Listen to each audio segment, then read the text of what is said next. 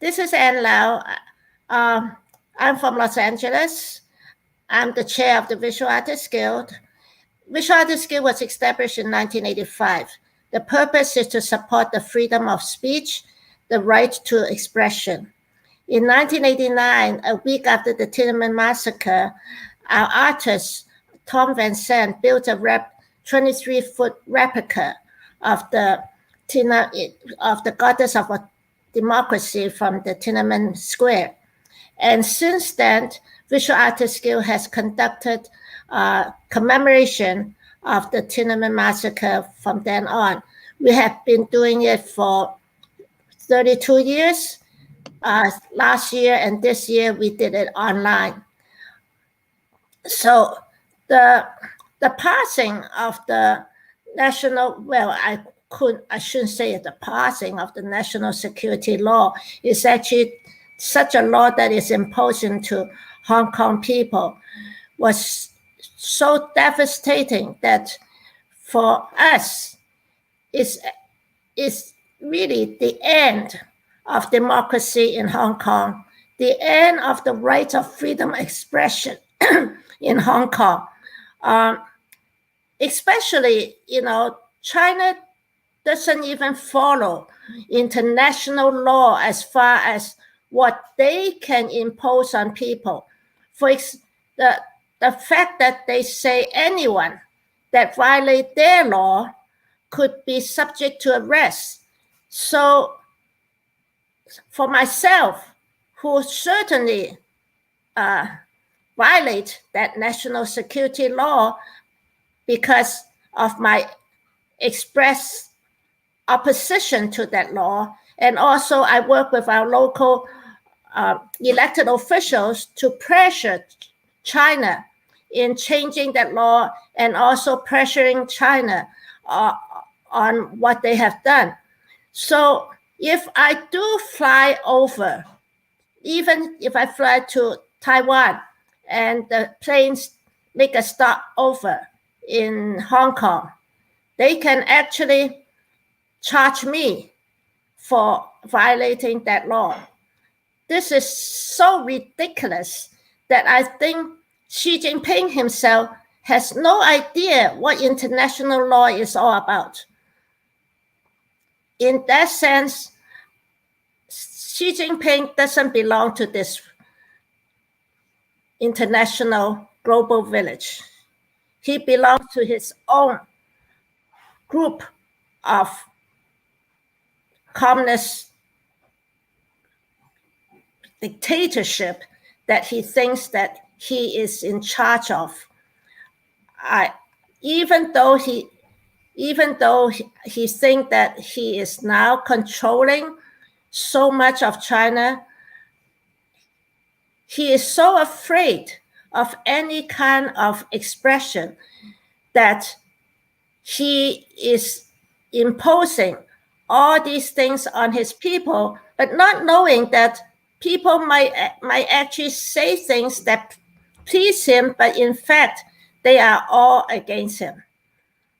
And may I just add a comment? Now, I'm a business person. I'm a hedge fund manager, but also I'm a commentator based in Hong Kong. And I have seen the extreme makeover over the last year. It has been more than surreal, because when the current chief executive talked about this national security law would not affect a lot of people, you see the whole pan-democratic camp. Either they are in exile or they are already imprisoned or detained. Now, my question to you is as follows. Now, I am a Hong Konger based in Hong Kong, and I guess you have some linkage with Hong Kong from before you come to the United States.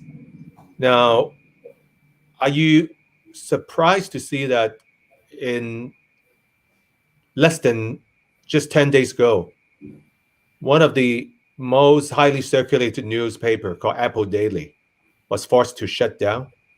Was it something that you expect? Hong Kong doesn't even have free speech and freedom of expression anymore. I think I probably expected it, but not in such a short time. I thought that maybe they will slowly try to attack Apple Daily. Well, they have been attacking Apple Daily for so many years, and also trying to even bomb Apple Daily's owner's house at one time. And so it takes such short time for this whole scenario to come through that it's very difficult to even accept it at this time. We have to go through what happened throughout the years and realize that Xi Jinping has planned this thing long time ago. I really believe that they didn't really push this at this time. They had planned this for a long time. And when they are going to execute this plan, probably they planned that it might be in another 10 years or so, but not in such a short time. But with Xi Jinping, you really don't know exactly what he wants to do. From the very beginning, when he came up, he already has that document number 9 that attacked all the items as far as international norms concerned. So we all should have believed him at that time when document number 9 came out. Unfortunately, so many people just wanted to believe that China will change. It's not going to change. Western academicians always try to give Xi Jinping and China an excuse that sure, they are going to change. They are going to come through in the international global village, and especially those people like Greenpeace. Greenpeace is still ignoring what happened in Xinjiang. Greenpeace, all they wanted to say is that, okay, let's have an environment that is peaceful. Let's protect the environment. Well, you can't protect the environment if you are letting China to attack the native people, the people who live in that environment. And that is the problem with some of these organizations, that their only focus is on environmental issue and not on human issues. Okay. From your professional background, since this is the first time we talk visually, right? And are you an artist or are you an activist? I don't know too much about your background. Well, can you tell me a little bit about yourself? It's funny, I try to think I'm an artist, but when we have our art and democracy shows, when I try to submit my own work, the artists in charge won't even accept it. So I'm not an artist that can sell any work. I'm just trying to believe that I am an artist, but I'm actually an activist that supports the rights of freedom of speech. I see. And you were from Hong Kong originally, right? You were born in Hong Kong? Yeah. And then no, you came I wasn't born in Hong Kong. My family left China and went to Hong Kong. Okay, so you lived in Hong Kong before you moved to the US. Right. Yeah. When was the last time you visited Hong Kong? Was it I long think time ago? about, let's see, last time I went to Hong Kong, maybe about seven years ago. Right. I went to Hong Kong to try to get a dictionary my father had written. It's a Chinese Cantonese dictionary.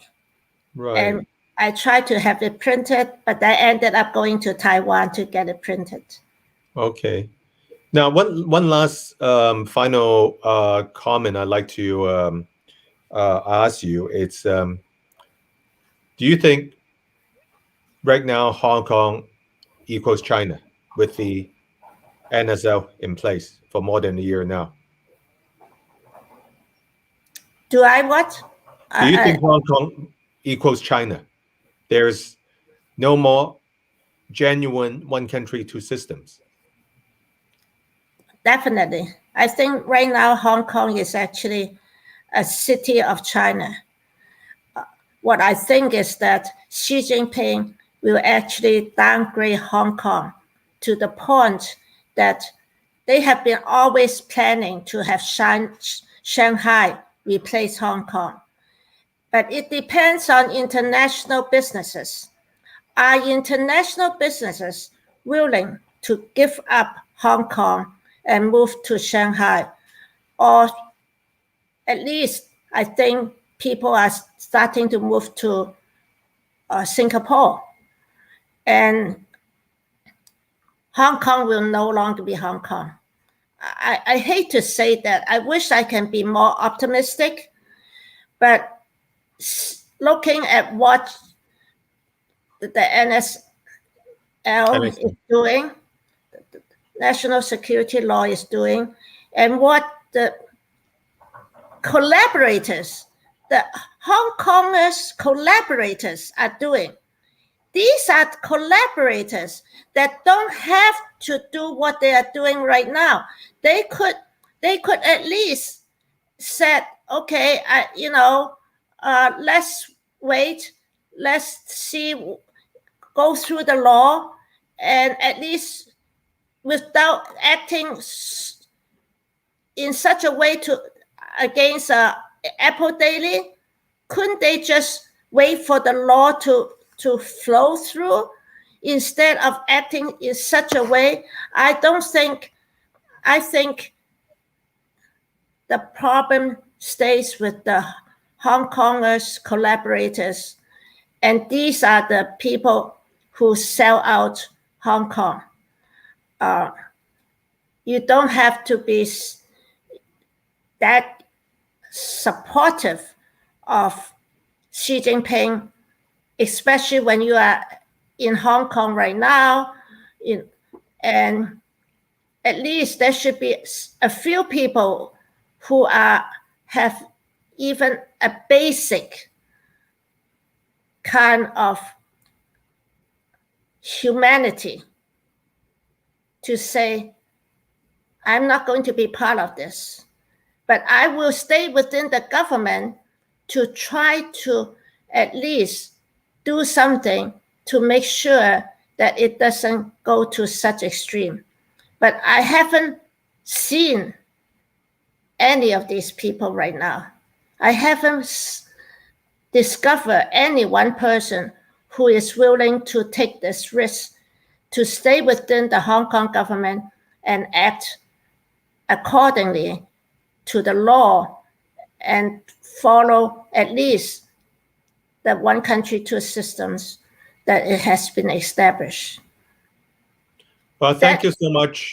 And I hope I can invite you again on the show. And as you know, the NSL is very powerful. And me as the host, I have to be very careful in how to react to your comments before I get myself into trouble. But your press release, it's more than surreal to point out the pressing issues of what we are facing.